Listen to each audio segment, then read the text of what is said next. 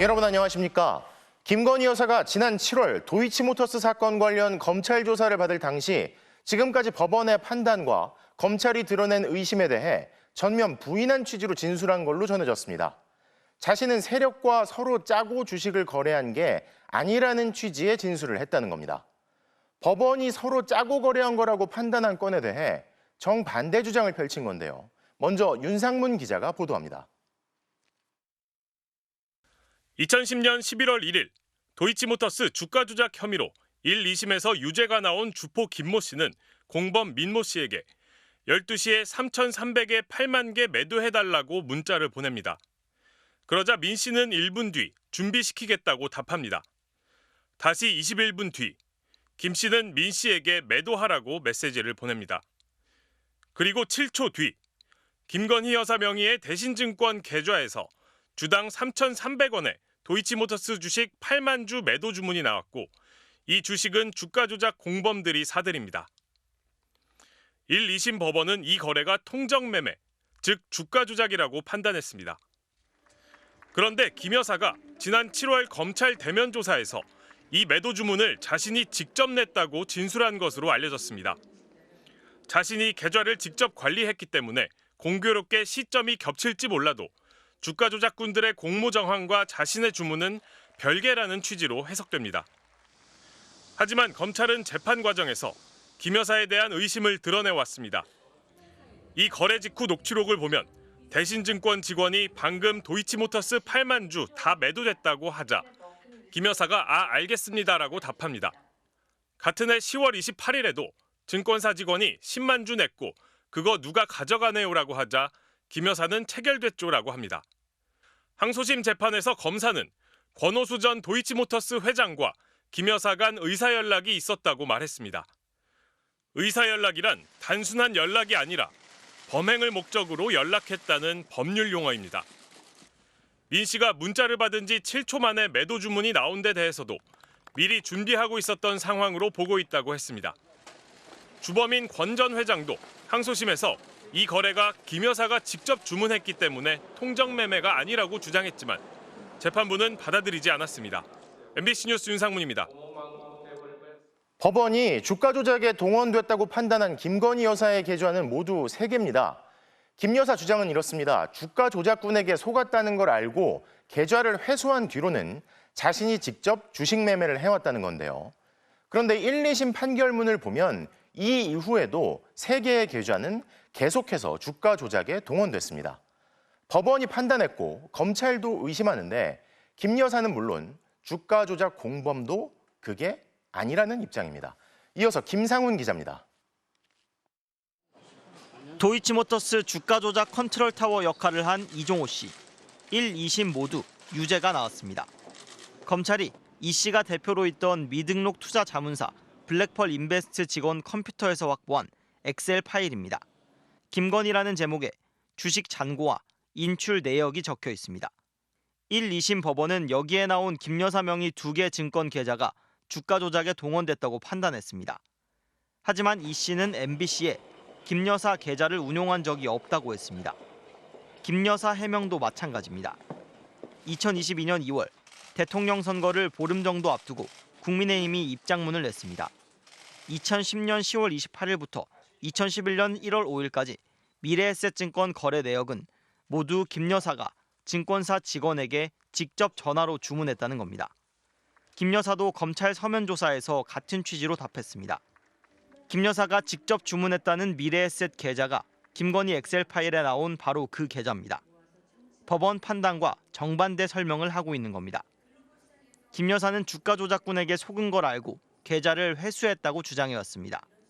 2010년에 제가 결혼하기 전에 이 양반이 골드만삭스 출신이라고 해서 한 4달 정도 맡겼는데 손실이 났고요.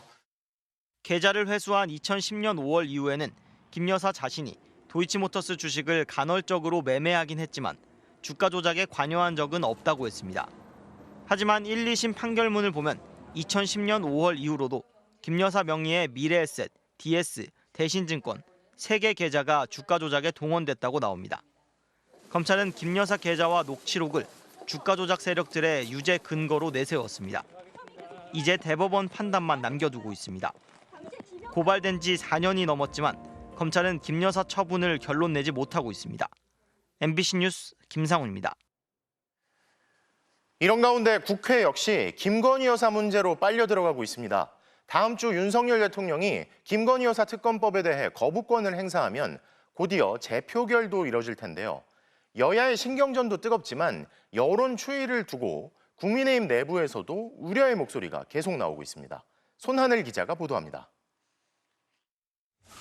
더불어민주당이 김건희 여사 의혹을 파헤칠 당내 태스크포스를 꾸리고 다른 야당들과 함께 다음 달 국정감사에 벌써부터 김 여사를 증인으로 채택했습니다. 총공세의 1차 충돌은 다음 주 김건희 여사 특검법 재표결이 될 걸로 보입니다.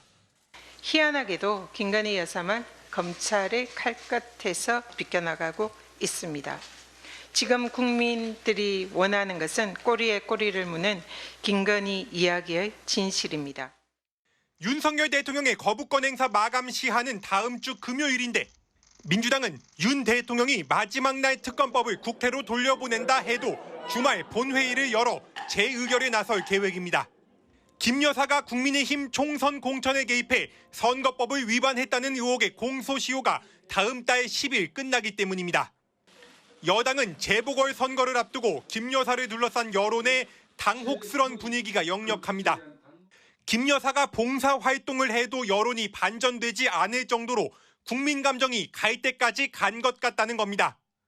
모든 국민은 법 앞에 평등하다 하는 헌법 제11조를 국민들이 뜻을 잘 수용하고 따르는 그런 모습들이 대단히 좀 중요한 시점에 오지 않았나. 그동안 최소한 김 여사가 사과해야 한다는 친한동훈계 인사들의 공개 발언이 이어졌는데 재표결이 다가오자 이번엔 친윤석열계에서 적극적으로 당 분위기 잡기에도 나섰습니다. 한두 가지 사실에 대해서 사과를 하게 되면 그다음은 어떻게 할 거냐는 거죠. 공격하는 사람들이 그것을 빌미로 더 공격의 강도를 높여가는 검찰의 김건희 여사 명품백 의혹 처분으로 여론이 출렁일 수도 있습니다. 윤한 갈등도 주요 변수입니다. 김 여사 특검법 재표결을 앞두고 여야 사이 또 여당 내에서 벌써부터 신경전이 어느 때보다 치열합니다. MBC 뉴스 손하늘입니다. 전두환 군사정권 당시에 국군의 날 시가행진 모습입니다. 탱크가 서울 도심을 가로지르고 군인들이 집결하고 전두환 정권은 집권 전반기 매년 시가행진을 했습니다. 하지만 군사정권 후반기부터 행사는 축소됐고 매년 열리지도 않았죠. 그런데 국군의 날을 임시공휴일로 지정한 정부가 40년 만에 2년 연속으로 서울 도심 대규모 시가행진을 예고해서 논란입니다. 자, 이렇게 폭염에 군인들을 동원하고 세수 펑크에도 상당한 예산을 쓰면서까지 이러는 이유는 뭘까요? 먼저 김세로 기자가 보도합니다. 지난해 국군의 날 시가행진. 군 병력과 미사일, 탱크가 서울 도심을 가로지르는 군사행진이 2013년 이후 10년 만에 윤석열 정부에서 부활했습니다. 이런 대규모 시가행진은 올해에도 계속됩니다. 나라를 위해 목숨을 잃은 호국 영웅을 기리는 카퍼레이드가 처음으로 등장하고 우리 군 최신 지상 장비와 함께 기상 악화로 작년엔 선보이지 못한 전투기 등 공중전력까지 올해엔 가세합니다. 북한의 전술핵 무기에 대응할 고위력 미사일 현무5가 등장할 수도 있습니다. 군은 6.25 전쟁 당시 서울 수복 장면을 재현해 경복궁 앞에선 태극기도 개양하기로 했습니다. 국군의 날 시가행진은 지난 세기 전두환 군사정권 시절인 1980년부터 1984년까지는 매년 시행됐습니다. 하지만 이후엔 사회 분위기를 반영해 3년에서 5년에 한 번으로 축소됐습니다. 문재인 정부에선 당시 남북관계 등을 반영해 시가행진을 중단했는데 그러자 일각에선 북한 눈치 보기 아니냐는 비판도 나왔습니다. 대규모 시가행진이 재개된 작년 국군의 날 행사엔 4,500명이 동원됐습니다. 올해에도 비슷한 인원이 동원돼 폭염 속에서 한 달 동안 행사를 준비했습니다. 국방부는 군의 사기를 높이기 위해서는 이런 대규모 행사가 필요하다는 입장입니다. 하지만 당사자들은 전체 병력의 상당 부분을 빼서 긴 시간 행사에 동원하는 것이 정말 군의 사기를 높일 것 같냐는 반응도 보입니다. 일회성의 어떤 행사를 위해서 들어가는 돈과 시간과 동원되는 인력들의 어떤 노고, 효율 면에서는 과연 이게 합당한가라는 생각이 좀 듭니다. 막대한 예산과 별개로 남북의 극한 대치 상황에서 불필요한 자극이 될 수 있다는 우려도 나옵니다. 아주 이례적이면서 권위주의 시대에서나 가능한 일이고, 특히 대화와 협력이 없는 힘에 의한 평화는 힘에 의한 대결이 되기 때문에 우려스럽다고 생각합니다. 국방부는 내년에도 시가 행진을 비롯한 대규모 국군의 날 행사를 추진하려고 시도했지만 이는 일단 국회의 벽에 가로막혔습니다. MBC 뉴스 김세로입니다. 윤석열 정부는 수십 년 동안 대통령 임기 중 한 번 하던 국군의 날 시가 행진을 매년 할 수 있도록 국방부 훈령까지 바꿨습니다. 작년에만 국군의 날 행사에 100억 넘는 예산이 쓰였는데 예산 낭비라는 국회 예산정책처의 지적에도 불구하고 국방부는 내년에도 예산을 또 잡았다가 호된 질타를 받기도 했습니다. 이어서 조희영 기자입니다. 군사정권의 연례 행사였던 국군의 날 시가 행진. 문민정부를 표방한 김영삼 정부 때부터 매 5년 주기로 실시했고 이후 국방부 훈령을 통해 5년에 한 번으로 법제화됐습니다. 우리 군은 선진 정예 강군으로 거듭나야 합니다. 강력한 대북 억지력을 구축해야만 합니다. 문재인 정부는 국군의 날 행사를 대통령 취임 첫 해로 하되 시가 행진은 선택 사항의 하나로 훈령을 바꿨습니다. 그런데 지난 2월 이 조항이 또다시 바뀌었습니다. 시가 행진을 포함한 대규모 행사를 국방부 장관이 필요하다고 판단하면 매년 열 수 있게 바꾼 겁니다. 이를 근거로 작년에 이어 올해도 대규모 국군의 날 행사와 시가 행진이 가능해졌습니다. 작년에는 103억 원을 썼고 올해는 80억 원의 예산이 투입될 예정입니다. 국회 예산정책처는 지난해 결산보고서에서 국군의 날 행사에 너무 많은 돈을 쓴다고 지적했습니다. 3년 동안 대규모 행사를 이어온 만큼 국군의 날 행사 확대에 주의가 필요하다는 겁니다. 그런데도 국방부는 내년 국군의 날 예산으로 80여억 원을 또 신청했다가 국회로부터 질타를 받았습니다. 이게 군의 사기하고 안보 환경의 불안정성하고 무슨 관계가 있습니까? 의원이 국군의 날이 그냥 무슨 하루 하는 퍼포먼스를 적당히 하시죠. 적당히 하고요. 이거 내년도 예산 전액 삭감 의견 올릴 겁니다. 국방부는 최첨단 무기를 선보여 북한에 대한 억지력을 담보할 수 있고 방산 수출을 위해서도 시가 행진은 필요하다는 입장입니다. 하지만 보여주기식 시가 행진은 큰 도움이 안 된다는 지적도 있습니다. 무기 성능이 현대전에서 행진을 한다고 그걸 알 수 있는 게 아니잖아요. 우리 K방산의 고객 국가들은 무기 성능 시범이라든가 실제 발사하는 활용 훈련 이런 것들에 참가 수요가 있는데 실제 일부 무기의 경우 국군의 날 시가 행진에 참여하면서 방산 수출을 위한 전시회에서 하려고 했던 화력 시범이 취소되기도 했습니다. MBC 뉴스 조희영입니다. 라파엘 그로시 국제원자력기구 IAEA 사무총장이 국제사회가 사실상의 핵무기 보유국인 북한과 대화에 나서야 한다고 말했습니다. 북한의 핵 보유를 인정하는 듯한 발언이어서 파문이 일고 있는데요. 윤성철 기자가 보도합니다.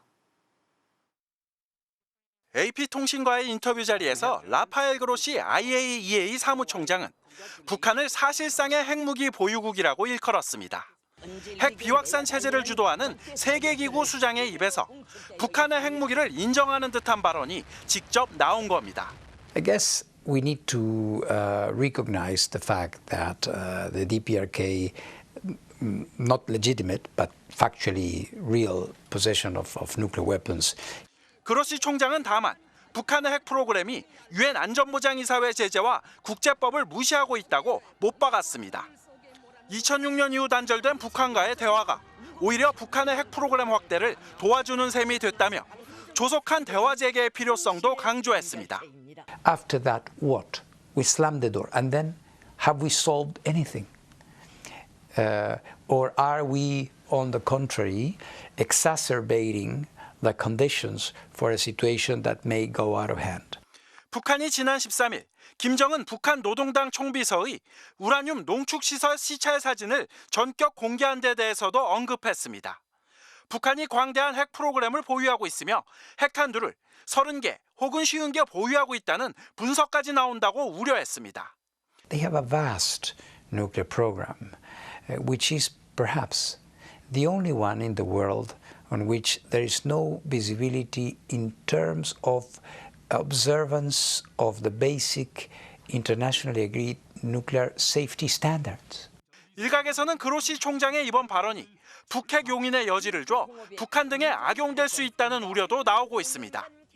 이에 대해 외교부는 IAEA를 포함한 국제사회와 공조해 북한의 비핵화 달성을 위한 노력에 나서겠다는 기존 입장을 다시 한번 강조했습니다. MBC 뉴스 윤성철입니다. 오늘 일본에선 기시다 총리의 후임 총리를 뽑는 선거가 열렸습니다. 이시바 시게루 전 자민당 간사장이 새 총리로 당선됐는데요. 이시바 신임 총리는 정치인들의 야스쿠니 신사 참배를 비판하는 등 비교적 합리적인 역사관을 갖고 있는 걸로 알려졌습니다. 도쿄 현영준 특파원이 보도합니다. 오늘 실시된 일본 집권 자민당 총재 선거에서 이시바 시게루 전 간사장이 새 총리로 당선됐습니다. 1차 투표에선 극우 다카이치 후보가 181표, 이시바 후보가 154표를 얻었지만 2차 결선 투표에서 이시바 후보가 215표를 얻으며 역전극을 펼쳤습니다. この日本国をもう一度皆が笑顔で暮らせる安全で安心な国にするために石破茂全身全霊を尽くしてまいります。 올해 67살인 이시바 차기 총리는 명문사립 게이오대 법학부를 졸업한 뒤 1986년 29살의 나이로 최연소 중의원에 당선되며 정치에 입문했습니다. 무엇보다 지난 40년 동안 방위상, 농림수산상, 지방창생 담당상 등 다양한 내각 경험을 쌓으며 풍부한 정치 경륜을 갖고 있다는 게 장점으로 꼽힙니다. 이시바 차기 총리는 그동안 일본 정치인들의 야스쿠니 신사 참배를 강하게 비판해왔습니다. 특히 태평양 전쟁에 책임이 있는 A급 전범들을 야스쿠니 신사에서 분사해야 한다는 주장을 하는 등 비교적 합리적인 역사인식을 갖고 있는 것으로 평가됩니다. 기시다 전 총리가 외교 분야에 강점이 있었다면 이시바 총리는 국방과 안보가 전문 분야로 꼽힙니다. 일본 군사력 강화를 위해 징병제를 주장하기도 했고 해병대를 창설해 미군과 합동훈련을 해야 한다는 입장을 밝혀 논란이 일기도 했습니다. 이시바 차기 총리는 오는 10월 1일 소집되는 임시국회에서 새 총리로 공식 지명될 예정입니다. 도쿄에서 MBC 뉴스 현영준입니다. 네, 이번에는 일본 도쿄 연결해서 자세한 소식 더 알아보겠습니다. 현영준 특파원, 일본의 새 총리 선출이 우리나라에 어떤 영향을 끼칠지가 가장 주목되는데요. 이시바 신임 총리는 그간 한일 역사 문제에서 온건한 목소리를 내온 걸로 알려져 있지 않습니까? 앞으로 한일 관계 어떤 변화가 있을까요? 네, 이시바 차기 총리는 지난 2017년 한국 언론과의 인터뷰에서 위안부 문제에 대해 한국이 납득할 때까지 사죄해야 한다고 밝힌 바 있습니다. 또 1910년 한일 강제 병합에 대해서도 나라를 잃는다는 건 한국의 자존심에 상처를 준 것이라며 죄송한 일이라고도 밝혔습니다. 이 때문에 앞으로 한일 관계가 더 나아지지 않겠느냐는 조심스러운 전망도 나오고 있습니다. 한일 양국은 사도광산 강제동원 조선인 추도식 협의를 비롯해 제7광구 공동개발 협의 등 민감한 현안들을 앞두고 있습니다. 네, 강경 보수파 후보들과 다른 행보를 보여왔기 때문에 한일 관계에 있어서 아무래도 기대감이 좀 생길 것 같은데 기대와 다를 수 있다는 전망도 있다고요? 네, 오늘 결선 투표에서 드러났듯이 극우 성향인 다카이치 사나에 후보를 지지한 자민당 의원들도 절반에 가깝습니다.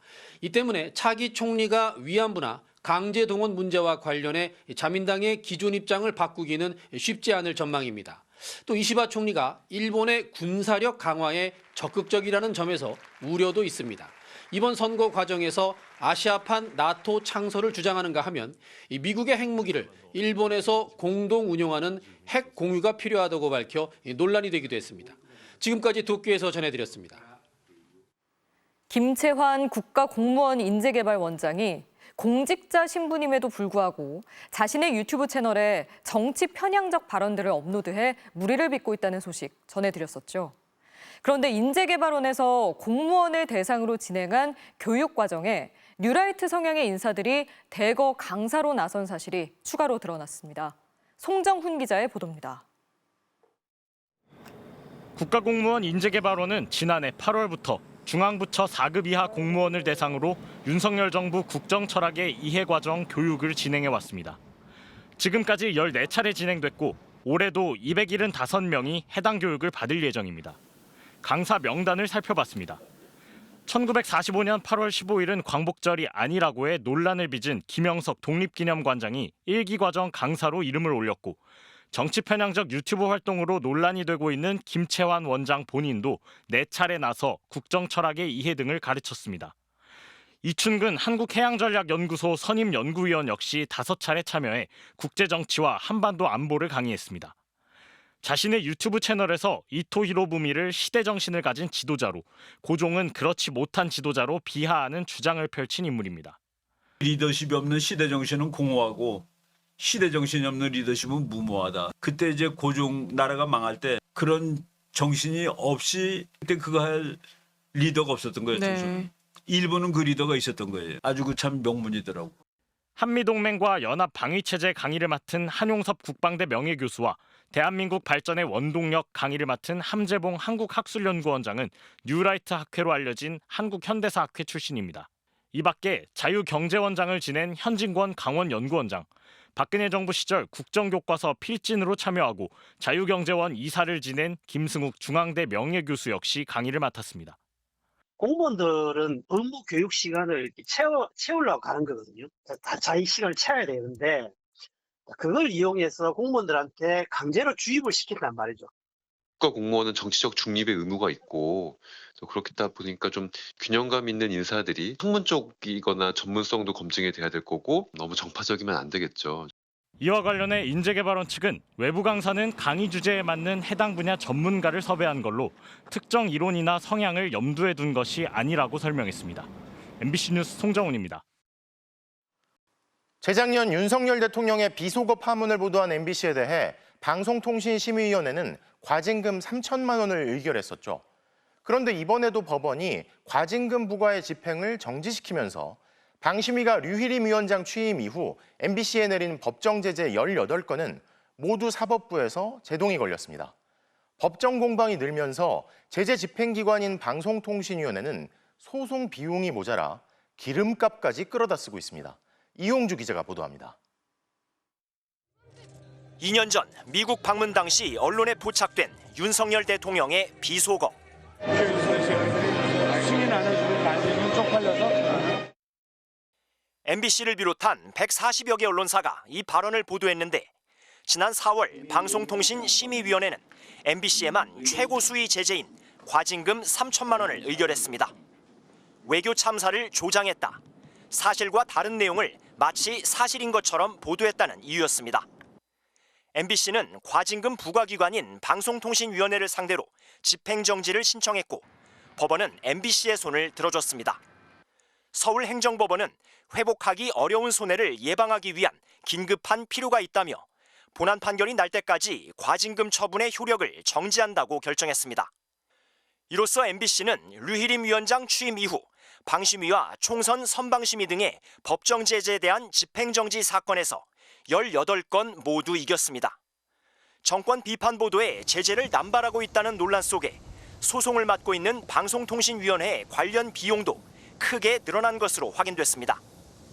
지난 8월 기준 방통위가 쓴 소송 비용은 3억 9천여만 원.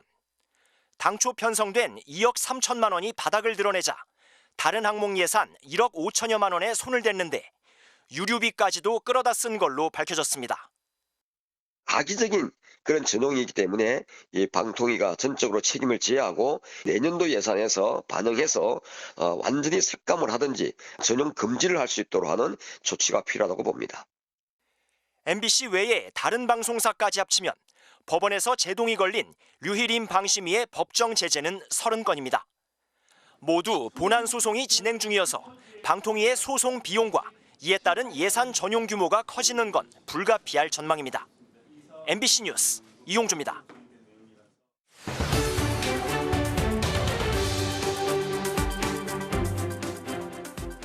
계엄군의 대검에 찔려 자궁을 잃고 화장실에서 성폭행을 당하고 어디 먼 나라 얘기가 아니라 과거 국내에서 벌어진 일들입니다. 5.18 민주화운동 당시 있었던 이러한 성폭력 피해에 대해 국가의 책임을 인정한 진상조사 결과 보고서가 작년 말 나왔지만 후속 조치는 없었는데 피해자들이 모여 목소리를 내기로 했습니다. 이지은 기자가 집중 취재했습니다. 군부 독재에 저항하는 시민들을 무차별 구타한 데 이어 집단 발포까지 벌어지던 1980년 5월. 당시 18살 김복희 씨는 계엄군의 총에 남자친구를 잃었습니다. 김 씨는 전남도청에서 끝까지 남아서 저항하다가 상무대로 연행됐습니다. 옷이 벗겨진 채 구타를 당하며 조사를 받았습니다. 잠시 도망치듯 갔던 화장실에선 인솔했던 군인한테 성폭행을 당했습니다. 안 죽고 살아나왔는데 연행돼서 조사받는 과정이나 굉장히 힘들었죠. 상무대에서 제가 2번 까무라친 것 같아요. 그동안의 진상조사 과정에서도 성폭력은 말할 수가 없었습니다. 내 잘못이 아니라는 생각을 하기까지 40년이 넘게 걸렸습니다. 우리 잘못이 아니고 국가폭력에 의해서 우리가 일이 이러했다는 것을 명백하게. 당시 23살이던 이남순 씨는 출퇴근길이던 금남로에서 계엄군의 진압을 목격했습니다. 꿈을 하나밖에 안 꿔. 그리고 시체 닦고 찾으러 다니고 막 어디 학생들 한 명이라도 어디 고랑이 빠져있나 이런 거 찾으러 다니고. 학생들 집결지였던 YWCA 건물에서 끌려나와 군용 차량에 오르던 순간 계엄군의 대검에 엉덩이부터 성기까지를 찔려 기절했습니다. 제대로 치료도 못 받고 한 달 동안 수감돼 자궁과 난소를 잃었습니다. 하혈은 계속하지 쓰레기통에서 붕대 주워다가 이렇게 쓰고 살았어. 그 누구한테도 말해본 적이 없어. 형제간한테도 부모한테도. 5.18 조사위원회는 지난해 12월 성폭력 피해자 16명에 대해 진상규명 조치를 내렸습니다. 처음으로 국가폭력으로 인정됐습니다. 하지만 피해 배상이나 지원 같은 후속 대책은 없습니다. 피해자들이 직접 열매라는 단체를 만들어 국가를 상대로 손해배상 소송에 나섰습니다. 우리도 얼마 안 남은 생이거든. 열매가 맺어지는 날까지는 가봐야지. 5.18 성폭력 피해자들은 오는 30일 국회에서 증언대회를 열고 후속 대책 마련을 촉구할 예정입니다. MBC 뉴스 이진입니다. 원숭이 두창으로 알려진 감염병 엠폭스가 해외에서 재확산 조짐을 보이면서 감염 우려가 여전한데요. 최근 국내에서 한 의심 환자가 10시간 넘게 검사를 받지 못하다가 보건소에서 뒤늦게 검사를 받은 걸로 전해집니다. 이선영 기자가 보도합니다. 경남 하동에 사는 50대 강모 씨. 지난 19일 손과 발에 물집이 심하게 생기고 호흡이 가빠졌습니다. 수포가 올라오면서 좀 열이 난다 그럴까? 약간 호흡도 차고 숨쉬기가 힘들어지고. 지역의 한 종합병원은 상급 감염병인 엠폭스일 수 있다며 더 큰 병원으로 가라고 소견서를 써줬습니다. 강 씨는 자신의 차량을 1시간 동안 운전해 경남의 한 대학병원에 갔는데 정작 검사를 받지 못했습니다. 응급실에 가서 들은 이야기는 진단을 해줄 수 있는 의사가 없다. 병원 14곳에 더 전화를 했지만 검사를 해주겠다고 한 곳은 없었습니다. 피부과 전문의가 없다거나 엠폭스 검체 채취를 하지 않는다는 이유였습니다. 결국 보건소에 검사가 가능한지 물었는데 역시 안 된다는 답변이 돌아왔습니다. 상급 감염병에 대해선 보건소가 검사를 할 수 없다는 것이었습니다. 보건소에서도 검체는 할 거 아닙니까?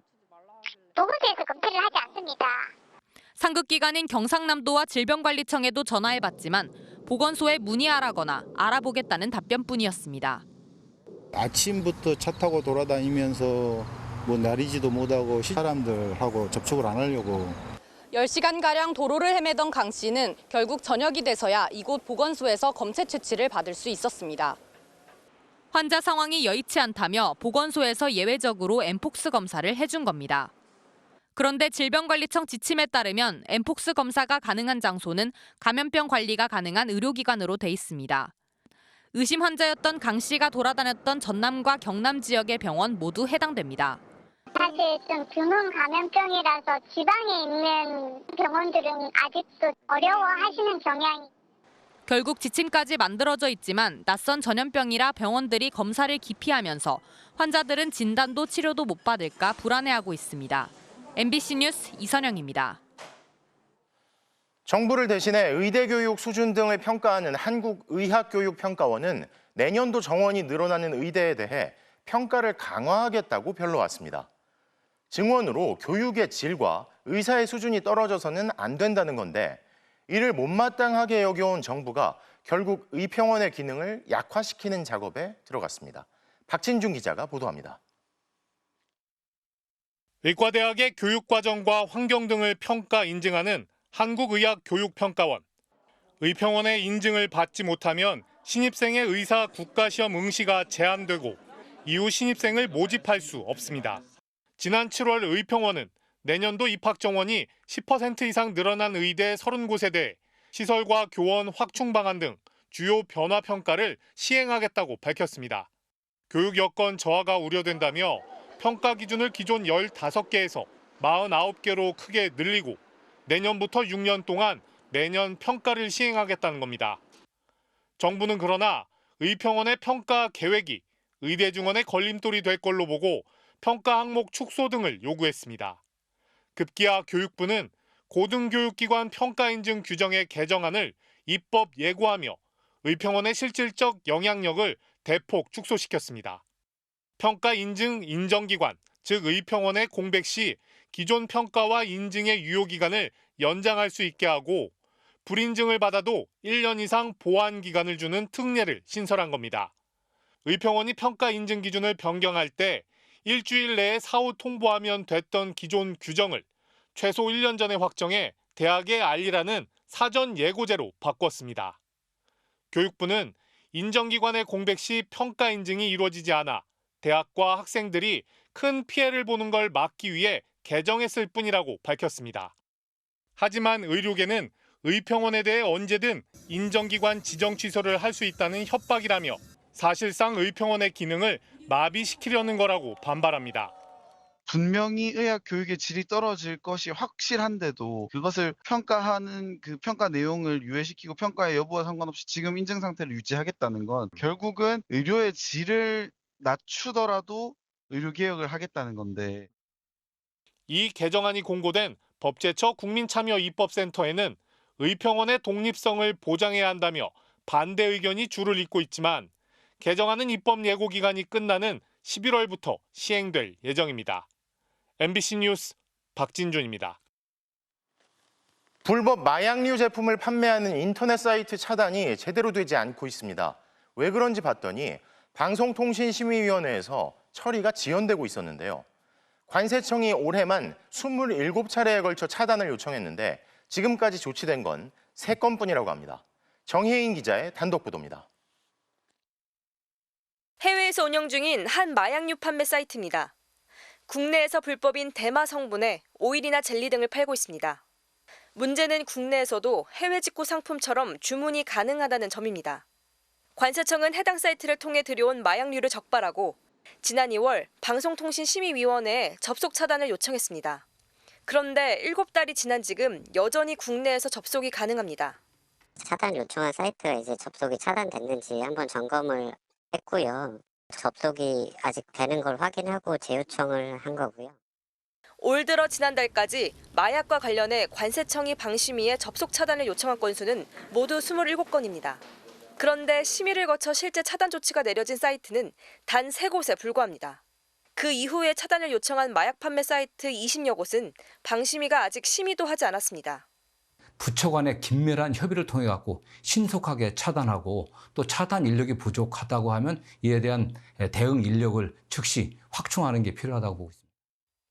이에 대해 방송통신심의위는 서울시나 식약처 등 다른 기관의 심의 요청 건수가 폭증한 데다 마약 심의 전담 직원이 2명뿐이라 처리가 지연되고 있다고 해명했습니다. 또 해외 사이트의 경우 주 경로를 막더라도 다른 우회로를 통한 접속까지 차단하지 못하고 있다며 이를 보완할 시행령을 준비하고 있다고 밝혔습니다.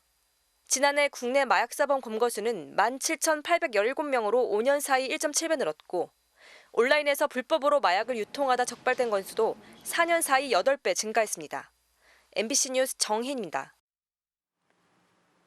MBC가 연속 보도한 인하대 딥페이크 성범죄 사건이 민주언론 시민연합이 선정하는 이달의 좋은 보도상을 받았습니다. 민언련은 MBC의 보도가 사회 전반에서 벌어지는 딥페이크 성범죄 심각성을 사회적 이슈로 발전시켰으며 딥페이크 성범죄의 바탕에 있는 텔레그램의 무책임성에 주목하는 보도로 이어져 수사기관 등의 적극적 대응을 이끌어냈다고 평가했습니다. 최근 음식점 매장 가격보다 배달 가격이 더 비싼 이중 가격제가 확산되고 있죠. 배달 수수료 부담 때문에 어쩔 수 없다는 게 식당 점주들의 입장인데 급기야 점주들은 업계 1위인 배달의 민족을 공정위에 신고했습니다. 박진주 기자가 보도합니다. 4년째 식당을 운영해온 김준영 씨는 이달 들어 배달앱으로 주문이 들어온 음식값을 매장가보다 2, 3천 원씩 더 받기 시작했습니다. 매출의 60% 이상을 차지하는 배달의 민족이 지난달 수수료를 9.8%로 올린 게 결정적이었습니다. 한 달에 100만 원 정도, 1년으로 치면 1,200만 원 정도 더 추가 지출이 되게 된 거죠. 저희는 가격 인상을 할 수밖에 없는 상황인 거예요. 자영업자들 사이에선 배민을 탈퇴하고 수수료가 훨씬 낮은 공공 배달앱을 이용하자는 움직임도 일고 있습니다. 배달의 민족 아웃! 전국에서 항의 집회가 잇따라 열렸고 공정거래위원회에 배달의 민족을 불공정 거래 행위로 신고하기도 했습니다. 계속 어필을 해나갈 것이고 정말로 배달의 민족이라든가 이런 대형 플랫폼 업체들이 좀 각성해서 여기에 가맹 사업을 하는 프랜차이즈 산업협회도 가세했습니다. 배달의 민족이 독과점 지위를 이용해 정당한 이유 없이 수수료를 인상했다며 공정위에 재차 신고한 겁니다. 매출을 더 올리는 게 무의미해져 버렸습니다. 배달 수수료가 너무 높아져가지고 저희 업계도 더 이상 물러설 수 없는. 정부에 대해서도 신용카드 가맹점 수수료는 대폭 인하하면서 배달앱 이용료는 수수 방관한다고 비판했습니다. 이에 대해 배달의 민족은 수수료 인상에 위법은 없다면서 정부와 상생협의체를 통해 구체적인 상생 방안을 검토하고 있다고 밝혔습니다. 이중가격제로 인한 논란이 커지자 업계 1, 2위를 달리는 배민과 쿠팡이츠는 서로 책임 공방을 벌이고 있습니다. 국회 정무위에선 배민과 쿠팡이츠, 요기요 등 배달앱 대표들을 국정감사 증인으로 부를 계획입니다. MBC 뉴스 박진주입니다. 법인 소유의 고급 외제차 마세라티를 몰다 뺑소니 사망 사고를 낸 뒤 도주한 30대 남성이 어젯밤 붙잡혔습니다. 해외 도피 시도까지 했던 걸로 알려졌는데 경찰은 남성이 왜 아무 관련도 없는 법인의 차량을 몰고 있었는지 조사하고 있습니다. 김영창 기자입니다. 지난 24일 새벽 광주 서구의 한 도로 3차선으로 검은색 차량이 쏜살같이 지나간 뒤 2차선으로 달리던 오토바이 뒤를 고급 외제차인 마세라티가 들이받습니다. 이 사고로 오토바이 타고 있던 20대 여성이 숨졌고 오토바이 운전자는 머리를 크게 다쳤습니다. 법의 잣대 제대로 돼서 조사 철저히 하고 그래서 엄벌이 쳤으면 좋겠습니다. 사고 뒤 마세라티를 버리고 도주한 30대 남성 운전자 김모 씨가 어젯밤 서울 강남의 한 유흥가에서 잡혔습니다. 김 씨는 사고 당일 인천공항을 통해 해외로 도피하려다 실패한 뒤 경찰 추적을 받아왔습니다. 왜 도망갔나요? 경찰은 김 씨에 대해 현재 무직이며 차량 소유주인 법인과 어떤 연관성도 찾을 수 없는 상태라고 밝혔습니다. 또 김 씨가 음주운전 여부에 대해서 스스로 시인했다고 덧붙였습니다. 경찰은 김 씨를 상대로 법인 소유의 고급 외제차를 타게 된 경위 등에 대한 추가 조사를 진행하고 있습니다. 사고 직전 앞서 질주했던 벤츠 차량을 몰았던 운전자 등도 입건돼 조사를 받고 있습니다. 이들은 사고를 낸 김 씨를 자신의 차량으로 이동시키는 등 김 씨의 도주를 도운 혐의 등을 받고 있습니다. 경찰은 김 씨의 혈중 알코올 농도를 역추산하고 법인 명의의 차량이 대포차인지 여부 등을 면밀히 수사할 방침입니다. MBC 뉴스 김영창입니다. 오늘 오후 전국 고속도로 곳곳에서 차량 화재가 잇따랐습니다. 경기 군포시 영동고속도로에선 19명이 타고 있던 버스에 불이 나 극심한 정체가 빚어졌고 경남 산청군을 지나는 고속도로에서는 추돌 사고로 전기차에 불이 났습니다. 조건희 기자입니다. 고속도로 갓길에 세워진 버스에서 새빨간 화염이 뿜어져 나옵니다. 버스다. 버스요? 와, 엄청 뜨거워. 오늘 오후 4시 반쯤 경기 군포시 영동고속도로 둔대분기점 인근 강릉 방향 도로를 달리던 버스에서 불이 났습니다. 아예 폭탄 맞은 것 같던데요. 저는 옆에 뒷좌석에다가 이 썬루프를 열었는데 막 열기가 막 엄청나게 와갖고. 버스엔 서울에서 조경일을 마치고 집으로 돌아가던 근로자들과 운전자 등 19명이 타고 있었지만 불이 나자마자 대피한 덕에 다친 사람은 없었습니다.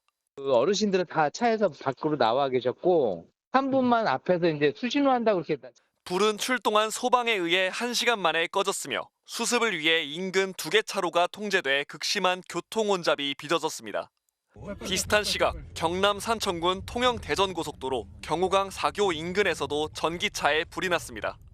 1톤 화물차 2대와 승용차, 전기 차량이 부딪힌 뒤 전기차가 불길에 휩싸인 겁니다.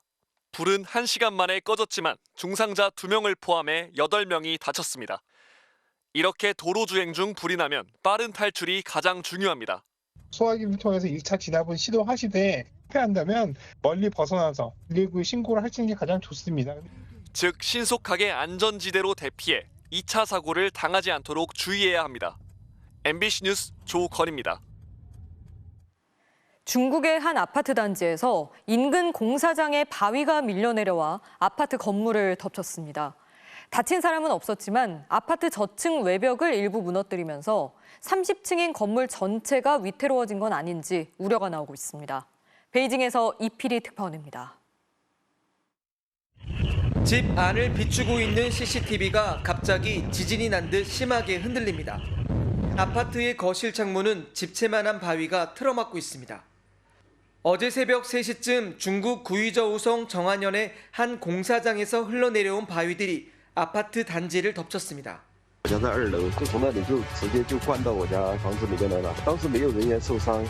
아파트 건물을 덮친 바위는 어림잡아 3개 층 높이 정도는 되어 보입니다. 凌晨3点过才滑的坡，它应该是就是山的那个滑坡，我们在调查了嘛。 하지만 주민들은 단순한 산사태로 보지 않고 있습니다. 단지 옆 공사장에서 새벽 3시에 발파 작업을 하다 이 같은 사고가 발생했다는 겁니다. 실제로 사고 현장을 하늘에서 내려다보면 바위들이 한 방향으로 쪼개져 있는 모습을 확인할 수 있습니다. 문제는 바위가 무너뜨린 아파트 외벽이 아파트 전체를 지탱하는 내력벽 역할을 할 가능성이 높다는 점입니다. 주민들은 30층 아파트 전체가 현저히 기울어져 단지 전체에 중대한 위험을 초래하고 있다며 대책 마련을 요구하고 나섰습니다. 현지 당국은 이번 사고로 아파트 6채가 피해를 입었다며 현장 확인과 후속 폐기 작업이 질서 있게 진행되고 있다고 강조했습니다. 베이징에서 MBC 뉴스 이필입니다. 만화를 찢고 나온 듯한 게 아니라 정말 만화 캐릭터가 음악방송에 출연한 모습 본 적 있으신가요? 가상 이미지로 활동하는 버추얼 아이돌인데 음악방송과 음원 차트 1위를 할 정도로 인기가 심상치 않다고 합니다. 낯선 모습의 이들이 어떻게 팬들의 마음을 사로잡은 건지 문다영 기자가 취재했습니다. 따가운 가을볕에 줄을 선 사람들. 기다림 끝에 순정 만화에서 나온 듯한 스타와 마주합니다. 우리 여기서 이렇게 보니까 너무 좋다. 플레이브 그런가? 지난해 데뷔한 버추얼 아이돌 플레이브. 스스로를 아스테룸이라는 다른 세계에서와 지구인과 소통하는 외계인이라 소개합니다. 저희 멤버들을 그냥 외계인이라고 생각해 주시면 좋을 것 같습니다.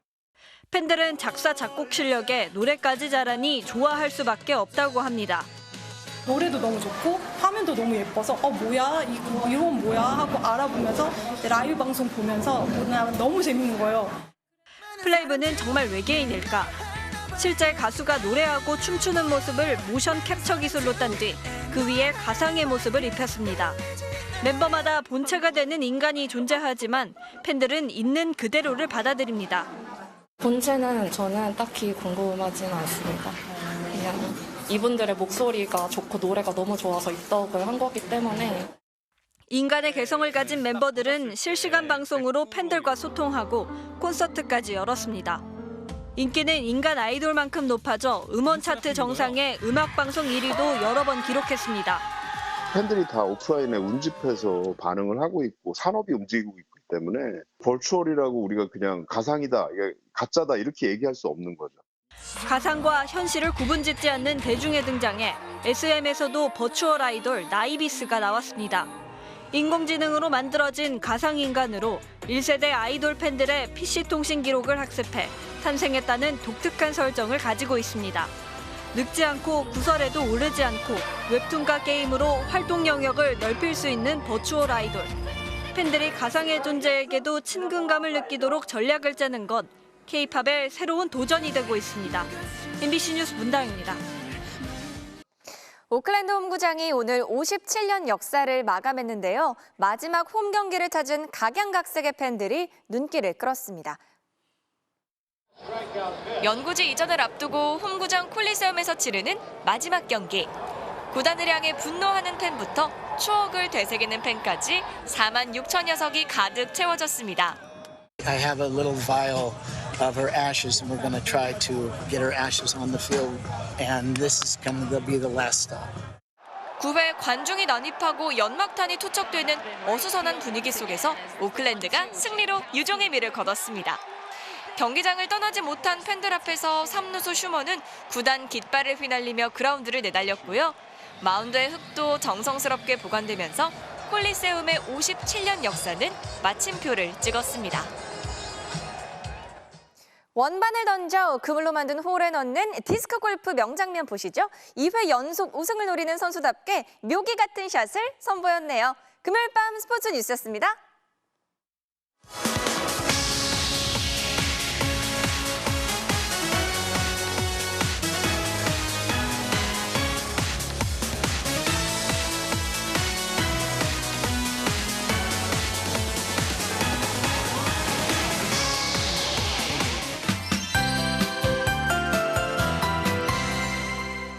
주말을 앞둔 오늘도 서쪽 지방은 따가운 볕이 내리쬐었습니다. 이것은 오늘 시흥의 모습인데요. 드넓게 펼쳐진 가을 하늘 아래 주황빛 코스모스도 바람결을 따라 일렁이는 모습입니다. 내륙 지방은 주말 동안에도 이러한 날씨가 이어질 것으로 보이는데요. 다만 반소매를 정리하기에는 아직 이른 날씨입니다. 토요일인 내일 서울의 낮 기온이 29도까지 올라서 서쪽 지방은 늦더위가 계속되겠고요. 이후 10월의 첫날부터 공기가 부쩍 서늘해질 전망입니다. 다음 주 화요일에 중부지방에 비가 내리면서 서울의 낮 기온은 21도로 평년 수준을 밑돌겠습니다. 현재 동풍의 영향으로 강원 영동 지방에는 때 아닌 호우가 내리고 있는데요. 내일까지 강원 영동 지방에 최고 100mm 이상의 많은 비가 더 내리겠고 경북 동해안에도 시간당 30mm 안팎의 강한 비가 내리겠습니다. 내일 내륙 지방은 대체로 맑겠지만 동해안은 흐린 가운데 너울성 파도가 강하게 밀려오겠습니다. 아침 최저 기온은 서울 19도 등으로 오늘과 비슷하겠습니다. 낮 최고 기온은 서울 29도, 광주 30도, 대구 28도까지 오르겠습니다. 다음 주 수요일에는 서울의 최저 기온이 12도로 아침 공기도 부쩍 차가워질 전망입니다. 날씨였습니다. 최근 한국은행 총재가 그랬습니다. 상위권 대학의 강남 학생 비중이 지나치게 크다. 그래서 집값이 오르고 대출도 늘고 불평등도 심해지고 지방 인구 감소도 가속화되고 있으니 과감한 해결책이 필요하다. 그런데 지금은 대통령도 교육부 장관도 고위공직자들과 유력 정치인들뿐 아니라 지방의 지역구가 있는 국회의원들 중 상당수도 집은 강남에 갖고 있습니다. 이건 복잡한 문제고 집을 어디에 사느냐는 자유지만 아무리 정부가 지방시대나 균형 발전을 얘기해도 이런 사실이 우리 사회에 전하는 메시지는 분명할 겁니다. 금요일 뉴스데스크 마칩니다. 시청해주신 여러분 고맙습니다.